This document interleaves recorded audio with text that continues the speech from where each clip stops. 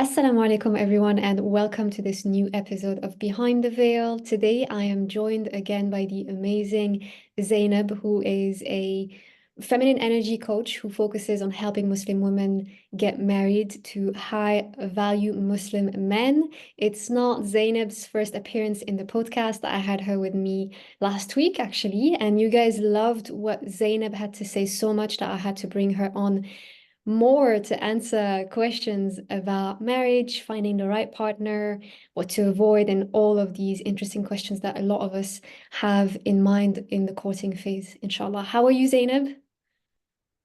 Alaikum salam. Assalamu alaikum, everyone. Alhamdulillah, I am so good. I mean, my followers will know, but I recently I went out to explore the lovely coast of England, and I came back with one of the worst hay fever symptoms, subhanallah. But I'm back to normal again. I'm glad that I'm not going to be sneezing on this episode, and I'm excited for what we talk about. Inshallah, may Allah grant you shifa. It's an interesting season in the UK. Everyone wants to be out. Yes. Everyone is just sneezing and struggling with a fever, subhanAllah. May Allah make it easy for us. All right, so Ameen. I'm gonna dive in straight because I know that in the comments in the previous episodes there were a few questions, and after our conversation, I also had so many questions to follow up with. And if you haven't listened to the conversation that we had first, make sure that you go and do that after this one, inshallah, for those of you who are listening right now. So the first question that I have for you, Zainab, and the one that we get a lot is as a Muslim woman who is active, who's got a job, who probably has a social life with female Muslim friends, how and where do I meet a high value Muslim man? Because for a lot of my friends who are single, it seems like such a big struggle. I'll give you an example, yeah? So I go Yeah. to a lot of spiritual retreats. I go to a lot of religious classes, personal development workshops that are targeted towards Muslims. But most of the time, 99% of the attendants of those events are women. And so it's amazing to make and create friendships. But for those of us who are searching for a spouse, it's really difficult to connect with the opposite gender, especially when you don't have a mahram, you don't have a wali, you don't have a family taking care of that for you, because either your family is just completely disengaged with those type of traditions, and your dad is not very involved in your search for a spouse, your elder brothers too, or maybe you just don't have these men in your life at all because you were raised by a single mom, etc., etc. So the question that I get a lot is where do I find a high value man as a Muslim woman? And I'm sure you have some elements of answer to that. Yes, of course, of course. I love how you've phrased that because again, a lot of Muslim women who have, myself included, which I talk about on my podcast, we work so hard. We might come from single mother households. We don't have a lot of, like I personally did not have my wali in this country when I was trying to, meet men. It was extremely difficult. And so I really understand the struggle there. But I want to take it a step back. Let's actually explore what the definition of a high value man is. I talked about it ever so briefly in the first part that we spoke about on your podcast, Sumaya, but I had an increasing amount of DMs. I think there were some comments I saw as well on the episode, like, what is actually a high value man? Is this red pill content? What are you telling the sisters and brothers? I even get, subhanAllah, I get brothers commenting. I think they are lost, but not in terms of the deen, but I think they ended up on the wrong side of Instagram because my content is for Muslim women. But I get brothers on my comments on my reels or my posts, and they're saying things like, what are you telling the sisters? You're putting so much pressure and burden on us. What is a high value man? But let's make it clear, inshallah. So a high value man is not by definition what we hear on YouTube, social media, by what I want to say, people of no faith. This is not the definition that I take. This is not the definition any of you should be taking. It's terrible. And the reason why it's terrible, let's break it down. High value man, by what we hear on social media, most of the time is focusing only on finance. That's it. A high value man, even when I was speaking to my husband, who I fully think is a high value man, but he himself, subhanAllah, he will never say he is a high value man. Never. And this in itself is an aspect and a beautiful characteristic of a high value man. He always, when I say things like that, he's saying, stop it, please, I don't like it. Like, you know, this whole thing is just like, he doesn't like it. But what is this drive for attributing finance and money to high value men? It's the rise of seeing women who have succeeded in their careers, who are now I'm talking about women in the West in general, who are now trying to continue their lavish lifestyle that they have created for themselves. And then they are looking to put that all on a man by himself to create and continue this lavish lifestyle. So, of course, for their struggle and where they reached where they are, they don't want to go any level down.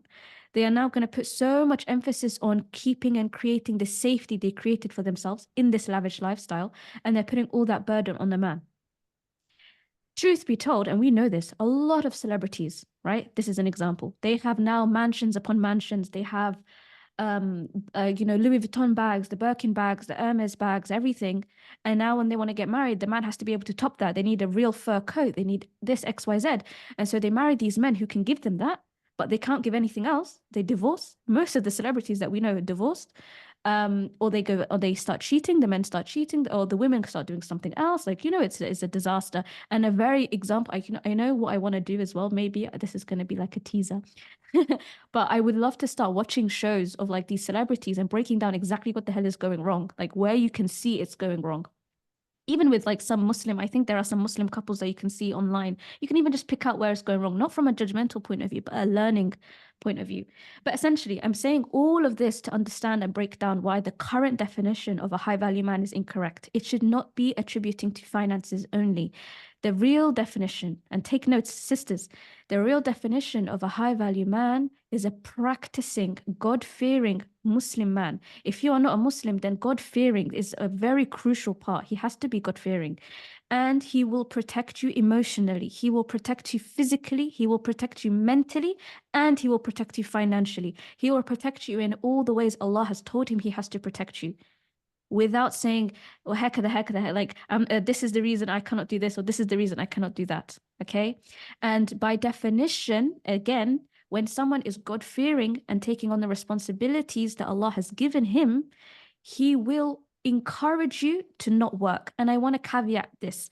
It does not mean that he can force you not to work, but he will allow you to retire. He will allow you to never have to think about paying rent. He will allow you to never have to think about paying the bills. Right now, subhanAllah, the biggest relief and the biggest, easiest thing I could have done was my transition from leaving academia, which was a lovely job. I loved working in academia, but I could never have left if I didn't have to worry about paying rent, if I didn't have to have worried about paying my bills or anything. I don't even know what the bills are. You know, if you ask me what are the bills in our house, I don't know. Subhanallah, right? And this is what when I spoke to my husband, I said, look, I'm finding it really hard to continue working at my job. I just want to do what I love the most, which is I do this sport called dragon boating. I do tennis. I just want to relax and do what I love. And he said, what's stopping you? Literally, that's it. He just said, what's stopping you? Like, do you pay rent? I said, no. He said, do you pay the bills? I said, no. He was like, so what are you doing? Go live your life. And I was like, oh, okay.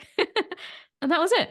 And I already knew he would do this for me before we got married. So obviously I didn't go into this marriage thinking, am I going to be able to leave or am I not? I made it very clear as one of my things that if I want to, I would like to leave if I can. Like, I am not restricted. But again, this is all just to answer the very simple question of what is a high value man. So I hope that answers that bit. But then where and how can you find them? This is how I have loads of clients coming to me and they're like, I met this guy on Instagram. I met this guy on social media. I'm so sorry. I'm going to be very blunt. You should not be looking for marriage on social media. That's it. Full stop, period, whatever you want to say. What does it tell you when a man is on social media looking for a wife on social media? What does that even tell you? Subhanallah wa bihamdi. Like, it is the ickiest thing I have ever felt. And I tell my clients, I am not shy to tell my clients this, that I will not take a client. I will tell them, this is how I'm going to teach my clients that you have to go through a very Islamic traditional way, whether it's your parents know this person or you're using these apps that are certified by like Islamic scholars. You have to be using these methods. And by using these methods, by default, you are already coming across the very men that I've been like defining for you, ladies. You will be automatically coming across God-fearing men, men who are willing to do all the responsibilities that Allah has put on them because they are going out of their way to use these Islamically certified apps. They are not looking for women on social media. They are not looking for women outside and just chatting them up by themselves. That's how you do it. And again, I get loads of clients, and myself included. We are fed this beautiful dream of you will meet your man organically. You Mm. will be going to this cafe, you will be walking down the street, you've dropped your bag, you dropped your bag, you dropped some paperwork in the office, and this guy picks it up for you, and he's just like, "Oh, can I help you, sister?" Or, "Oh, don't worry, I've got this." The You know? Hollywood And this is movie what, syndrome. Mm. say that again. The Hollywood movie scenario, basically. Exactly, literally Hollywood, K-drama, everything. I mean, I don't watch a lot of Hollywood, but I know that I watch a lot of Korean stuff, and it's there everywhere. This trope of like this guy will come out and just solve your stuff. And subhanallah, I've even been watching a few of the Korean dramas that I watched before I got married with my husband, and he nitpicks a lot of the things. He goes, "What is this that they are showing these women? Like, this is not how life works." Like he even says this guy is pretty much a stalker at this point. And these women are craving this kind of expectations, these behaviors from men. So again, where do you find high value Muslim men? The conclusion is, the short answer is, understand first the real definition of a high value man. And then second, when you realize that, start using Islamically certified methods of finding your spouse, whether it's through family, whether it's through your community, your imam, your all these apps. And I just want to add one more embarrassing story because people know that I love to embarrass myself here, and I get DMs saying that this personal stories help. But there was a time, and Samay, I think you're going to laugh as well. I was learning Arabic, Fusha, like actually to learn the Quran. And I used to do this for a long time. And I was so in my head of tired being, I was on these apps beforehand. I didn't know how to speak to men properly. Like I was just going through my inner work cycle, everything. And I got so bored that I was like, you know what? Let me ask my ustad if there are any brothers, because I don't see the brothers. Like this is a really proper, like it's Arabic Islamic school. So like the brothers are on a different side of the room. I've only heard their voices, right? And I was like, oh, there's this one guy, he's always helping the Ustad. Like he's always going over and beyond. He seems like he's my age. When we did introductions, he kind of seemed like he was finishing uni. He's on like similar things to me. And I said, Ustad, I messaged my Ustad and I said, Ustad, this is so embarrassing. Oh my God. I said, Ustad, do you know if this guy is looking for anyone to get married? I'm interested in him. This is a very Islamic like area. This is, I mean, if I by my definition, a lot of these men are high value, just by definition. And my ustad was like, of course, I will help you, but I have to take that step. And this is for women who are scared about taking that step themselves. Am I leading by chasing after a man, stuff like that? No, I just put a request. Literally, all I did was, I'm interested in him. I have no idea about him. He probably doesn't have any idea about me, but I'm very curious. I don't know what he looks like either, nothing. So this is like an app itself. You know, some of the apps that I encourage, they are apps that do not have swiping features. Let me make that very clear. I hate apps with swiping features. They are, I'm not even going to have to name names, but you know exactly what I'm talking about. They are terrible, Mm. absolutely terrible. The apps that I recommend, your pictures are blurred. Okay, so this is like an app, but in real life. I don't know his face. I only know about a little bit about him. Like this is what the profile would be. But again, I asked. Ustad was like, "Don't worry, I got you covered. I'm gonna ask him." He went and he asked me, and Ustad got back saying he's not interested. Oh, wow. Yeah. And But I bring up this story because this is again like so many avenues that we have, but we're mm, not utilizing them. A, because we might feel embarrassed. Why are you feeling embarrassed? When you're doing things that Allah has made easy for you, haya should not be part of the equation. mm. Um, but yeah, so in a nutshell, I hope that helps answering like where you can find and meet high value Muslim men. Can you just share with us the name of the apps that you recommend? Because I know that those that are actually popular are those that have swiping features and that have everything wrong with them. Yes, of course. So I don't know why, but recently I want to point out that before mention the name of this app that I will recommend, I have not been sponsored by them. Make that very clear. I spoke about them at length in season 1 of my podcast, name and all. and they did not know about me. I did not like reach out to them or anything. But now if you look on my page, you'll see that they follow me. But I do want to clear up the fact that I'm still not sponsored by them, but I think they must have heard what I've been saying on season one. But the name of the app that I found and married my husband from is called Pure Matrimony. The thing I can tell you the three things I love about this app very quickly. Number one, photos are blurred automatically. You cannot see any, it's not an option. It's like obligatory for everybody on there. Number two, your welly, it can be included, but for me, I didn't have that option. Me and my dad were very estranged in our relationship. It was very hard for him to agree to do anything if I asked him to. But instead, the chats are monitored by the team.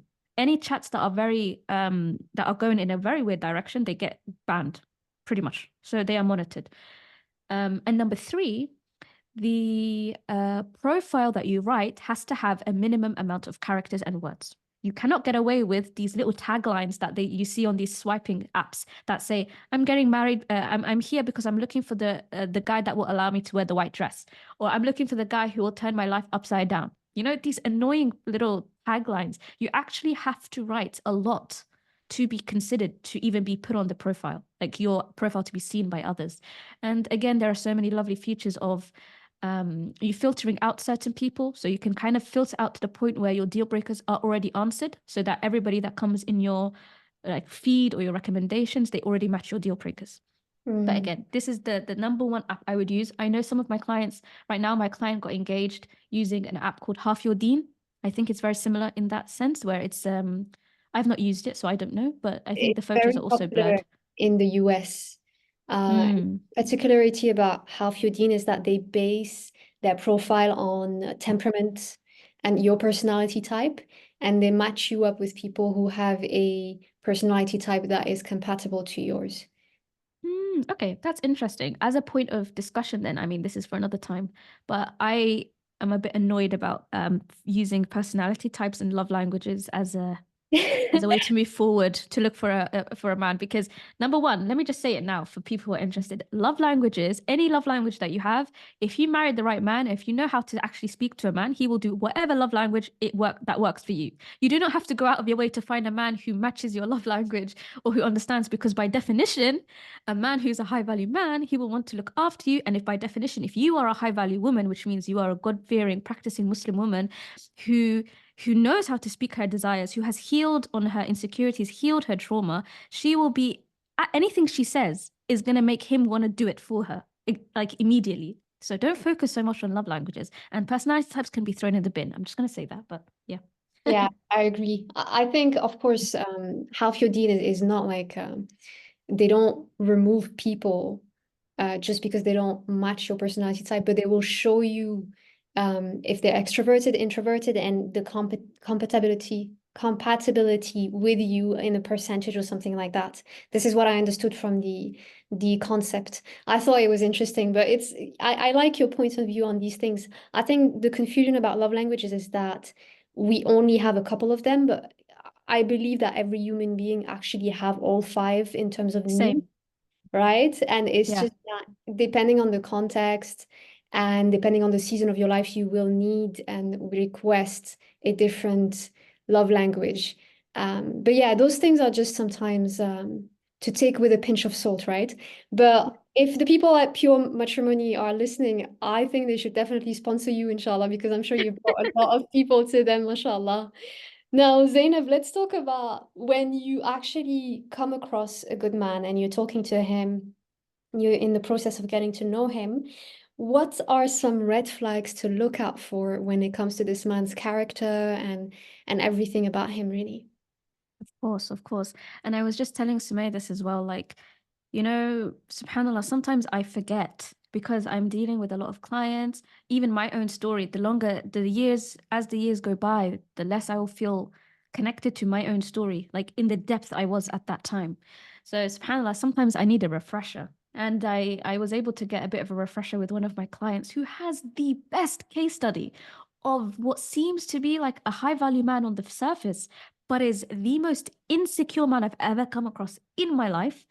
And subhanAllah, just as a teaser, as we get into this case study, it got to the point where I had to tell my client at face value, do you believe me, or do you trust me if I tell you this guy's a red flag? And she was just like, what the hell are you talking about? I don't believe you. And then now she's now engaged to another guy who I told her I believe is better for her. She's now engaged to him. She messaged me saying, Zainab, thank you so much for making me escape this guy. I just watched this video on YouTube and he basically met every single criteria of what to avoid. And I didn't know how to believe you at the time and all of these things. But yeah, let's get into it. So this guy, he basically, so my client is based in London and she was using half your Dean, which, as you said, is primarily used by the US market. And so quite a lot of, she was open to moving internationally. So a lot of the people she met was from different countries and primarily North America, so Canada and America. When she came across, I was teaching her. She did a lot of work. She joined first my program called the Glow Up program to really learn, so she could learn about how to be the woman she always wanted to be, to actually, you know, I think you have a video on this, Sumaya, as well, where it's like one of the quickest ways to become into your feminine energy or to become the woman of your dreams is to actually take the china out. Yeah. Right. I love that video. And so, yeah, so she did like this, my glow up program to really learn about making every day her day, like her best day, romanticizing her life, really understanding on a subconscious level why it was difficult for her to really speak and embody her desires. And then without doing this first, you cannot join my one-on-one get the ring program because it's important. We use these techniques to actually teach you how to speak to men. But so she did that program first, then she joined the Get the Ring program. And as she was learning how to speak her desire, she was able to very easily speak to a roster of men. She had quite a few men that she was speaking on rotation. She didn't feel guilty. I mean, before she used to feel very guilty about this as well. But we spoke about why it's not necessarily a guilty thing, because even traditionally, when you have parents giving you different CVs or wherever you are from around the world, they give you more than one. They will say, what about this guy? What about this guy? What about this guy? Oh, you don't like this guy? Let's talk to this guy. Don't worry. Because it's a time sensitive topic. It's not something where you should be putting all your eggs in one basket. And high value men know this. Even my husband tells me this. He used to say to me, Zainab, all as he gives me advice as well to tell you ladies, but he always says never put your eggs in one basket. Always recognize the fact that you are the one in control. You have the time bomb, ticking time bomb, let's be honest here, in terms of your fertility. But men have a very long fertility. They can keep looking for men for a woman up until God knows what time. But anyways, she basically met this guy and two men. So she has two men. One guy was basically very much a good leader. He arranged the calls, no ghosting. He set up everything anytime, like he was setting them up. But there were times where she didn't feel comfortable with him necessarily with the questions that he was asking. And she thought maybe it's because she's triggered by them. So she came to me to work through coaching to see why she's triggered and what if we can work on with her as opposed to him. And as I didn't know the context at the time, so I was working through her triggers with her, and I was just thinking, okay, let's work on this. Why are you triggered by this, X, Y, Z? And the biggest thing that she felt triggered by is because he was asking her very sneaky, snidey questions, but very much establishing the fact that he had a lot of money, that her life would be very comfortable. And obviously, he's not saying it out front because if anyone heard that up front, you would say, this is a bit of a red flag. Why do you keep talking about your money? But it was more of a way of when she asks him questions like, oh, I'd love to be a housewife, you know, hinting at the fact that I do not want to pay bills or contribute to anything, he would be like, of course, you wouldn't just be a housewife. I would make sure that you can do this, right? Insinuating he could provide for everything. So money was the biggest thing and it made her feel very comfortable. But then when he asked a snidey comment, what kind of things do you bring to the table? Or what kind of how much time would you invest in me when we get married? A very weird question, right? What kind of who asks that? How much time would you invest in me when we get married? But again, these were snidey questions that she got triggered by because she didn't know how to answer, and she worked with me to respond, like to work out how to respond to that. But again, she just kept him on the roster. She wasn't focused on him 100%. She was speaking to other men. And even on a call, when she had a call with him, he basically said, she mentioned she was sick. He sent her a care package all the way from America with all the things that she would need to get better. So, I mean, these are the kind of things that we would assume from like a high value man, someone who would be like, oh my God, he sent me this package just because I said I'm sick. Or he did this for me. Or he said, I know I can feel I will be provided for and cared for financially by this guy. I don't have to worry about anything. And your parents, I mean, her mom was speaking to his mom and they both were getting along. So, I mean, everything was working out for her. And then until he came to this country, to London, to see her in person. Both of them, by the way, like the men she was speaking to, they all came to London very much back to back. It was very funny. But when he came, he basically was always making sure that she got an Uber home. He never let her take public transport. I mean, UK public transport is pretty good. It's very reliable. But he was just going out of his way to like show protection and provision and stuff like that. But he told her after, he said, and this is the moment I knew this guy was not okay. He said to her after let her take an Uber home, he said, what did he say? He said, I was testing you. And that was enough. When a man is testing, that's not enough. That's get out. But he said, I was testing you to see if you would take the Uber or not. And I was like, what does that mean? And she said, I didn't know what he meant at the time. So I asked him, what do you mean by that? And he said, I was wondering if you would change your plans to accustom and to adjust, to adapt to mine. What does that even mean? And so she was like, what do you mean? This is just public transport versus an Uber. I thought this was just a kind gesture. But for him, it was like, no, no, no. I need to know if you're going to listen to me. Oh, I wow. need to know if you're going to do this. So these are the things that felt very triggering to her, but she was confused because, again, by name, by definition, he was doing all the high value, typical definition of high value man stuff, right? So that's why she felt very confused. And then again, another time came where she was about to meet him on a Saturday. And then come Friday, he messages and calls out of nowhere saying, by the way, I'm going to meet some friends on Saturday. Can we do Sunday? Knowing full well she is unavailable on Sundays and she does netball. And she looks forward to her netball. And so she said, oh, okay, well, I have to see what I can do because I mean, I'm not sure. I've told you that I'm not available on Sundays. And come then, he was testing her again. He was saying, I came all this way to London. I was testing your commitment to me. Are Mm, you going to change your schedule to match mine? mm, Again, and that's when I recognized and I told her, look, this guy, I'm just going to tell you now, is very transactional. He's not a provider. A true provider does not attach expectations to what he provides. For example, if someone is a truly God-fearing, I'm not saying this man is not God-fearing, but if he is truly God-fearing, you do things لوجه الله. You do things for the sake of Allah. You do not do things just so that someone else can do them back.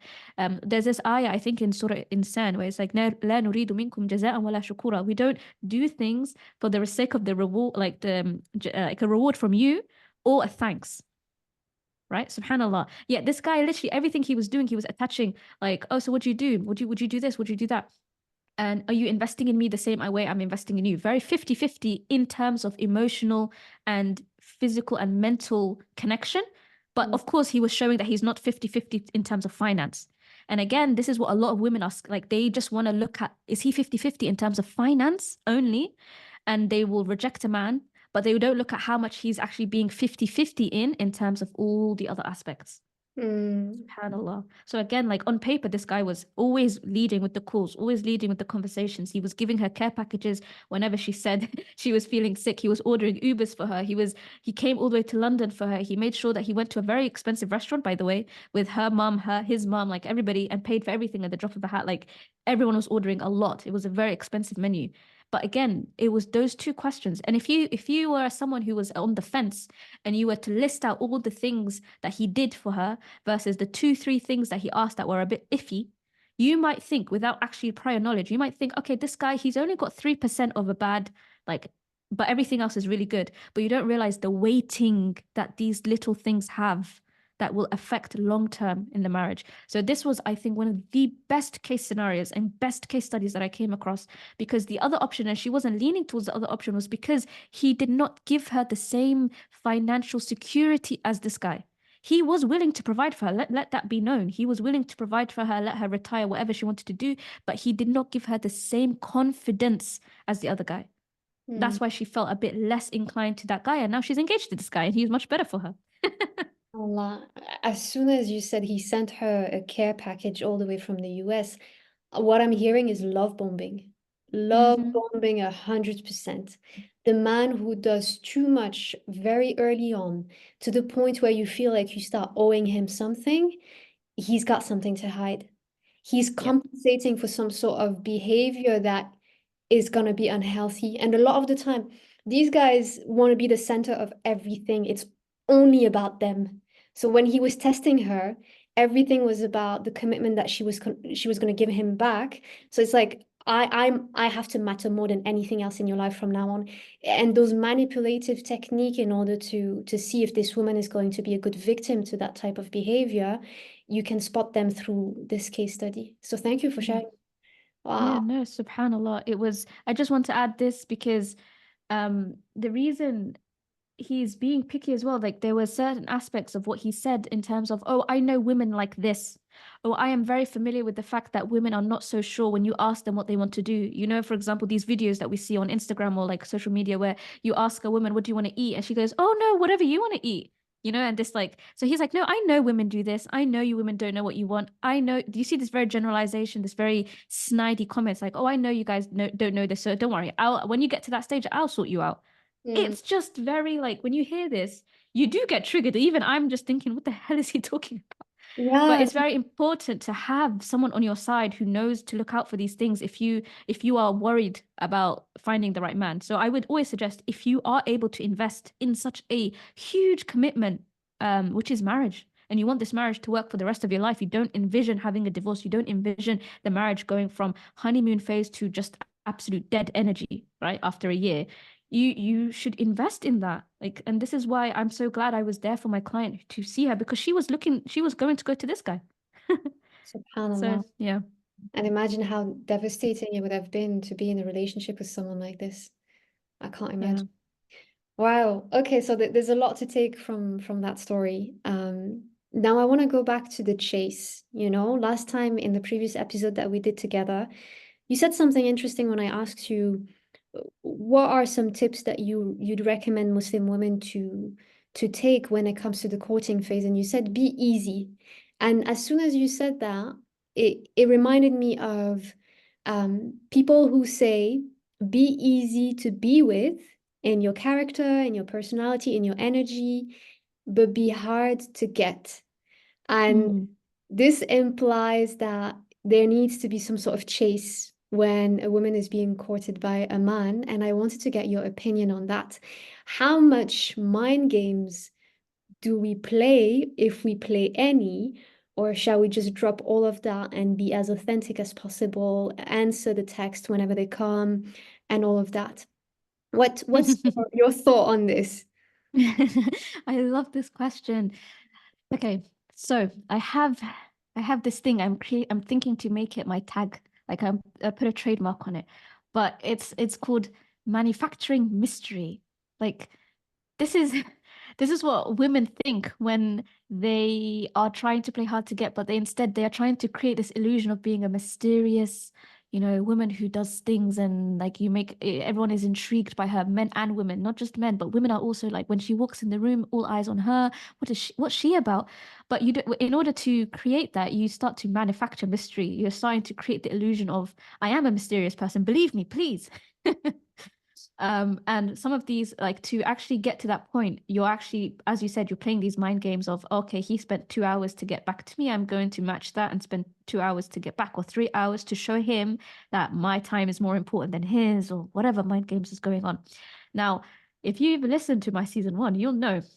I think I can't remember what episode it was, but I talked about my experience of me trying to manufacture mystery. I was so annoyed with men like me being so attached to my phone and getting excited. I mean, I admit it, and I know a lot of you women, deep down, like you do get excited when you get that message come on your phone, like that notification. Oh my God, he messaged me. Okay, whew, I need to calm down now. Let me pretend I didn't see that notification and come back to him. But because you recognize in yourself that you got excited, you're conscious on a conscious level, you're just like, oh my God, I'm already way more invested than he is. Can he notice that from me? Because he can notice that from me, am I already showing that I'm easy to get? Oh my God, if I'm easy to get, that means I'm invaluable. That means I'm not the prize. That means I'm not worth chasing. He's already got access to me. What do I do? Like you have all of these thoughts come out. And so you start playing these mind games to kind of, combat these like thoughts that you have. When in true essence, someone who's very much secure in who she is, if she truly believes she is the prize, if she truly believes that she is someone worth seeking out for marriage because of the things that she put into her life, that she really focused from being where she was now to getting to where she is, she focused on that healing process. She focused on growing and actually learning to take the hard way to learn things, not the easy way out, then of course this person is the prize. Like, why would they not be the prize? SubhanAllah. And if you truly believe that, then everything you do by nature is being mysterious. Let me explain. So when again, you can listen to this episode. So as an example of my own personal stories, there were times where I was getting excited, and just like I said, because I got excited, I would be like, oh, okay, I need to calm down. And then I would throw my phone away. Like, actually, I would get my phone and throw it on my bed nice and safely. And then I would just I would be in my room, close the door from my room, go back downstairs where my family's watching the TV, and forget that I had that phone upstairs. And I would be watching TV, and then I'd be like, even though whilst I'm watching the TV with my family, I would be like looking at my watch and be like, okay, 5 minutes has gone by. Do you think I should say I need the bathroom, go back upstairs and reply to him? Stuff like this. And then what happened is I realized that no matter what happened, I wasn't tackling the issue, which was I was attaching my value to time. I was attaching my value to what he was doing. I didn't really believe that I was actually that valuable. And in reverse, when I actually met my husband, when he first reached out to me, I was genuinely busy. Like, I was so authentically busy. He knew that. I actually was on holiday to Turkey visiting a friend, and I was on holiday with my little sister. So I was like, she was under 18 at the time. So I was making sure that she was looked after and everything. So I was actually busy looking after my sister and having a good time. So when he messaged me, I genuinely did not have time to look and reply, but I let him know. Always. I didn't say I just go off the grid. I would message saying, oh, assalamu alaikum. If he said, assalamu alaikum, what are you up to today? I know that you're in Turkey. Any fun things on your agenda? I would say, wa alaikum salam, I'm actually heading to skiing in Bursa. Like, it's going to be so fun. But I'll let you know when I get back. Like, this shows that I'm busy. And then I am gone for like 6, 7, 8 hours. Like, I'm actually enjoying my time to the point where I come back and he messages me, or I message, and I remember I said, look, these are some of the pictures that I saw of Bursa. This is the mountains. This is this. He genuinely knows that I was spending 8 hours doing this. It's very authentic. And I felt ease because he was just, I mean, it sounds harsh to say this, but he was just a side factor of what I was doing. He was not the main center focus because he didn't deserve he didn't do anything to deserve that from me, and I didn't do anything to deserve that from him. So I didn't expect that from him. He didn't expect that from me. And by essence, by creating that, I was leaning back. And by doing that and less taking the spotlight from him, he was more intrigued on my day. Day to day, it would increase his messages and his like, oh, I've never seen someone ski before. I've never done that before. Like, I would love to do that. Or he would ask me the next day, so what are you doing now? Or are you coming back to London? What is your flight okay? Stuff like that. He was just genuinely kept asking me more and more questions. And the Zainab previously, if she saw that, I would just be like messaging him and looking at my phone to see if he would message me during my ski trip in Bursa. I would be looking and I would be checking, oh my God, is he going to message me now? Or, oh my God, is he going to do this now? And I wouldn't be focused on the actual activity. And it's so important to actually recognize, are you truly mysterious in terms of being authentic to who you are? Or are you manufacturing mystery because there's actually something underlying there where you're attaching your value, your status, your experiences to certain outcomes based on time, based on his amount of like how much he writes compared to how much you write? Because I know some people are upset about that. Like, you might write a paragraph and the person responds with like 5 words as just one sentence. But are you attaching your value to that? Because this is actually what you need to work on, because that would be manufacturing mystery. And men can see that. When you manufacture mystery, men can see it from like a mile away. You will be seen online, but you're trying to make a point. Proving that point, it's obvious. Like, it's like a child trying to get away with something and a parent can see what they're doing. It's embarrassing. So please, sisters, do not do this. Being easy, what I mean by that, and being open is being authentic. As Sumaya said, literally, if you are available, reply to the message. If you are not available, don't reply to the message. Then you don't have to come up with crazy lies. Oh, I was busy doing this. Oh, I was busy doing that. Okay, like, what message are you trying to send? Be who you are. And then hard to get comes from naturally focusing on who your life, being the main character of your life, creates that element of quote unquote being hard to get. Because as I said, he didn't do anything yet to deserve more attention in my life. I hadn't met him in real life at that point. The first time I met him, I was already in Turkey. I had to wait to come back to London. So until then, he didn't deserve any attention. Then he actually said, I was waiting for you to come back to London all this time. I'm glad that you arrived safely. Alhamdulillah. He even tracked my flight. He said, please tell me the flight number. He made sure that I landed safely. Then he said, please, when you're rested, let me know, because I would love to meet you in person. And it was instant. That's it. We met in person, sorry. And he said, that's it. I want to meet your parents. And it's a done deal. That's it. literally. SubhanAllah. You know what I'm hearing and what I love about this lesson is that there's such a huge difference between pretending to be something and being something, like genuinely being something. And I think being comes from doing the inner work that you were mentioning before, that you said your clients had to do a certain program to work on themselves first before they were able to do the program to get married.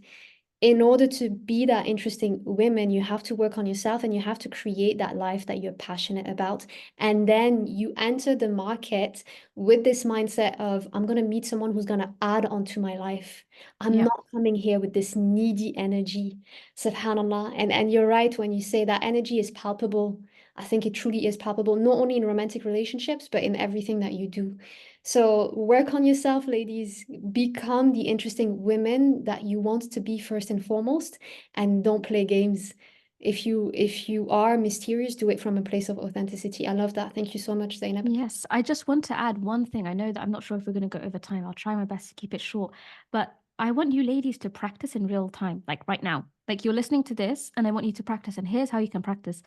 When try and be mysterious with other women.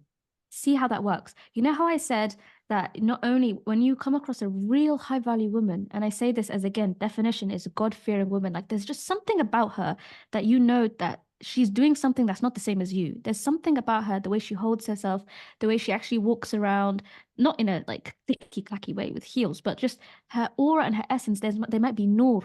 Maybe this is another way of describing it. But when you see her, you want to be with her. When you see her, you want to actually be curious and inquisitive about her. Try being her. And the way you can try that is by doing this. When you're in a room with other people, notice yourself instinctively in that moment. Who are you looking at straight away? Who catches your attention, right? And then when you catch their attention, notice when you have recognized these people in the room, I want you to look into yourself and see what are the thoughts that come out straight away about this person. Take a phone out if you want, to write it on the notes app, or when you remember to go home if you have good memory, unlike me. But if you have good memory, when you go home from that event, just write down the thoughts that came up to you as you looked at this person in the room. What actually came up for you?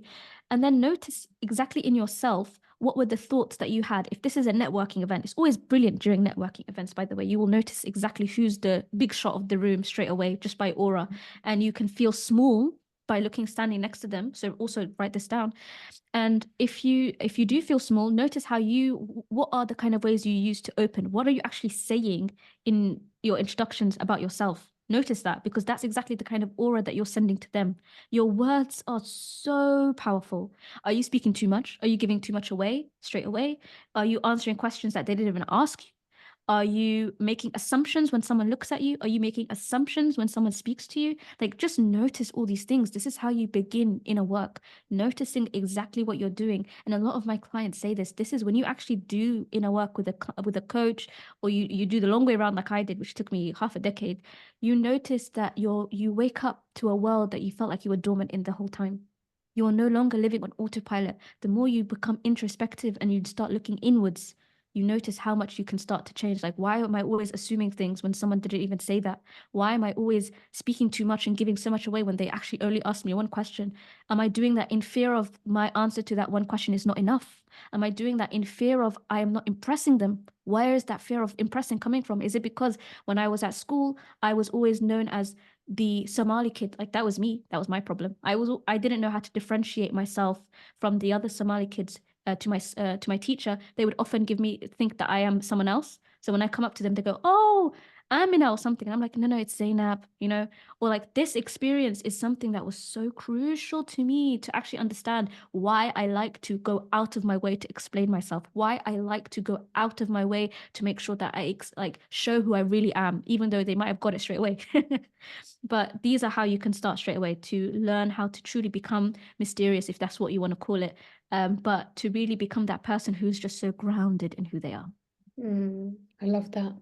Thank you for that amazing tip. Last question for you, Zainab. Yeah. Picture this. A Muslim woman meets a Muslim man. The conversation starts. And being in her feminine energy, this Muslim woman is very conscious or intentional about not taking the lead too much because she listened to your advice on our previous episode and she decided to surrender control. Hmm. But what she gets as feedback from this interaction with this man is that her lack of initiative is taking or is perceived as a lack of interest in this man. So the question is, how do we draw the line between I am surrendering, I'm not going to take the lead, I'm going to let this man decide when and how he's going to get in touch, when we're going to meet and all of that. And I'm going to be so passive that I'm going to come across as someone who doesn't want even this conversation to go anywhere. I can see you're playing devil's advocate, Samaya. I have to, because these are real Yes. life situations. Yes, they are. They definitely are. So, again, I would like to direct anyone that's listening to my Friday challenges on my stories, because this is exactly where we take like actual scenarios submitted by you guys.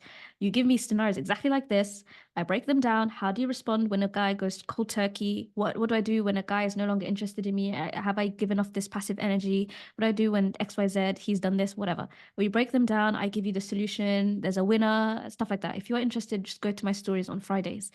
But to answer this, I would like to say this. Men see lack of initiative and lack of interest from a woman in a completely different way to the way a woman sees the lack of interest and lack of initiative from a man. I really hope you got that. Men see lack of initiative and lack of interest from a woman in a different, completely different way to the way a woman sees lack of initiative and lack of interest in a man. So when a man is seeing lack of interest and lack of initiative, he is seeing someone who is defensive. He is seeing someone that he is trying to speak to this girl. She is just not replying. He is trying to arrange a date. She is not being easy with the dates and her flexibility, her availability. She is not giving commitment in that sense.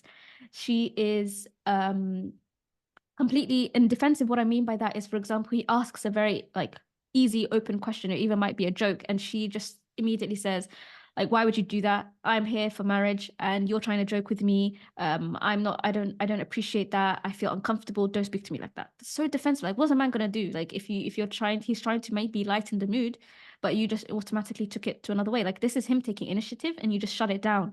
A man sees lack of initiative from a woman when she does not reciprocate or is receptive of his leadership, when she is not receptive of his leadership. So again, that means like he's trying to arrange calls and you're just like, I'm not available, but you're not giving a time that you're available. Like, come on, ladies, this is not how you be hard to get. This is not how you become surrender. This is literally the opposite of surrendering. You are being aggressive. Okay. You need to, if a man says, I would love to speak to you, what time are you available? You need to give the time. I don't want you ladies thinking, oh no, he should be telling me. I want a man to be dominating, saying, I'm going to call you at 8. Be ready. Like, come on, this is so silly. And I see this on social media a lot. Instead, he's taking leadership in a very God-fearing way because he wants to respect you and respect to your time. So he's literally opening up space in a way that's comfortable for you, accommodate to you. So you need to take that and say, thank you very much. This is the time I'm available. Let's do it. I'm happy to do it then. And again, it's the way you say it with words. I had a client, and she basically was not understanding how, when he basically was trying to take leadership and arrange calls, the way she was saying her response on text was basically making him no longer want to take leadership. And the way it was happening was because she was not, when he asked her, when are you available? She was saying, I'm not available between this and this time. I mean, what's a guy going to do with that information? You need to really, I mean, we worked on this together as well, but you need to work on being open. This is what I mean by being open. You should be easy by saying exactly what you want. I mean, if you prefer, if you're, for example, if you're free between 9 and 3 p.m. on a Saturday, but you don't know necessarily if you choose 11 a.m., you don't know if you'll actually be free at 11 a.m. That's not the point. The point is you choose a time, anytime. You don't give such a huge window to someone. Choose a time, say 11 a.m., and know that you're flexible. If they say, well, I can't do 11 a.m., then you can say, what about 1 p.m., right? Like, I'm also free at 1 p.m. And let's say you do, something happens. This is natural. Let's say you don't have to make that 11 a.m. that you said is not now something that's written in permanent ink where it's taken to like the court in Hague, and it's going to be like you're going to be criminalized or penalized for saying a lie. Like, if you get busy, then you got busy. You can say, I'm so sorry, I'm no longer available at this time. I'd love to speak to you at 1 p.m. if you're free. right? Not in a sense where you're saying, oh, I said I was available at 11 and I'm not available anymore. Do you see how defensive that sounds? You're not being easy to work with. And this is what men see as lack of interest. So when you're saying, I'm surrendering or I'm doing this, ask yourself, are you actually surrendering or are you just being defensive? When you're waiting for his leadership, are you micromanaging his leadership? When you, for example, surrender, are you surrendering too much to the point where he just sees you as someone who doesn't even know what they want? For example, this is like for communication styles as well. This is a very important challenge I did on my Friday stories. But one of the scenarios a lady submitted was he preferred to text and she preferred to call, and she wanted to communicate that she didn't know how, and she felt like she was nagging and she didn't know how to actually say, like, I like it when you call or whatever. And so we broke that down. How do you break it down to see, because he's taking initiative to text her, he thinks that she prefers text. That's literally what he thinks.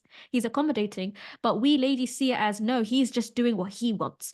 He's just making it like he doesn't care about me, he doesn't respect me. And so we automatically enter this mindset of, I have to defend myself, I have to, become a little bit aggressive so he can understand that I'm the prize here, he's not the prize, whatever it is. It's not about that. You're assuming things. So again, even for ladies that are stuck in this kind of situation, I would recommend the practice tips that I gave to see what kind of things you easily assume from other people, and how much you actually give away so quickly. Just do those journaling prompts and actually work that out.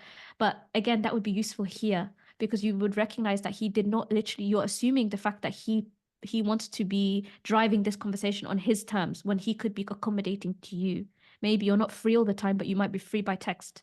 Okay, like surrendering would be understanding that he is not there to be against you. Surrendering would be that you understanding the fact that you are the prize, to the point where he will want to do anything to take initiative, and you need to accept that leadership without micromanaging it. So I hope that answers that question.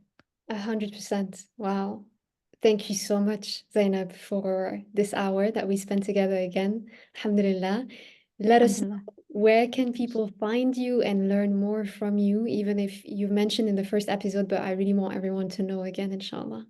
Of course, of course. So I mean, there's three main ways. So, number one is coaching. Obviously, I give coaching one-on-one to women who want to get the ring on their finger. They do not want to settle. These are women who are highly educated. They are very in their, like, they've established themselves in their careers or whatnot, and they are fearing the fact that everything might be taken away from them, because this is what I thought as well. So you would be my ideal client if you fit those criteria. Someone who's really established in their career, might be a bit hyper masculine as well, and struggles to really just speak to men. If you would like coaching on that, then you can join my Get the Ring and apply on my website. All of these links that I'm going to say, by the way, you can find them on my Instagram. I have like a link tree where you can find all the links. But that's one. And if you want to, again, as I mentioned, my client with the case study, she did the Glow Up program, which is a program more dedicated towards women who want to learn a bit about how to become the women of their dreams. Again, I put the journey to marriage in two parts. One is becoming the woman of your dreams, and the second is learning to find the man of your dreams and learning how to speak to him. So part one would be the Glow Up program. This is a group coaching program, and you can apply as well. Link is all there on my Instagram. And then the second bit would be my one-on-one Get the Ring. And then that's my coaching. Number two would be my podcast. So this is where Sumaya also featured, and a lot of brilliant women. So season one is all about from me being single to getting married. It talks about my journey of inner work. It talks about my embarrassing date stories. It talks about how I met my husband and everything. That's season one. Season two is all about me inviting women who are super embodied, like Sumaya, like Hannah. I think you guys all know Hannah as well. Like Hannah Al-Asri, she was on the show as well. Jamila Taylor as well was on the show as well. I had her on my podcast, and we talk about how they actually got to where they are. So their own personal stories, and that's on the podcast. And finally, this is the challenge that I was talking about, but on my stories every Friday, I have these Mind of a High Value Woman challenges where I get submissions from you guys to give me like a scenario where you've encountered speaking to a man for the purpose of marriage, and we break down how you should respond to these situations in more detail. So all of that, you can find me on Instagram at healgrowglow_coaching. Perfect. Thank you so much, Zainab. You are incredible. May Allah reward you for your work. I have been sending so many of my clients to you and your page, mashallah, tabarakallah, and I know that they will highly, highly benefit from your content and the efforts that you put into giving us all of this information based on your experience. Jazakallah khair. And thank you everyone for listening to this beautiful conversation. I hope it was beneficial. Let us know your thoughts in the comments below. If you have more questions, go and direct them to Zainab on her Instagram or however you want to contact her, inshallah. Jazakallah khair. Inshallah. Ma'as salama, everyone. مع السلامة.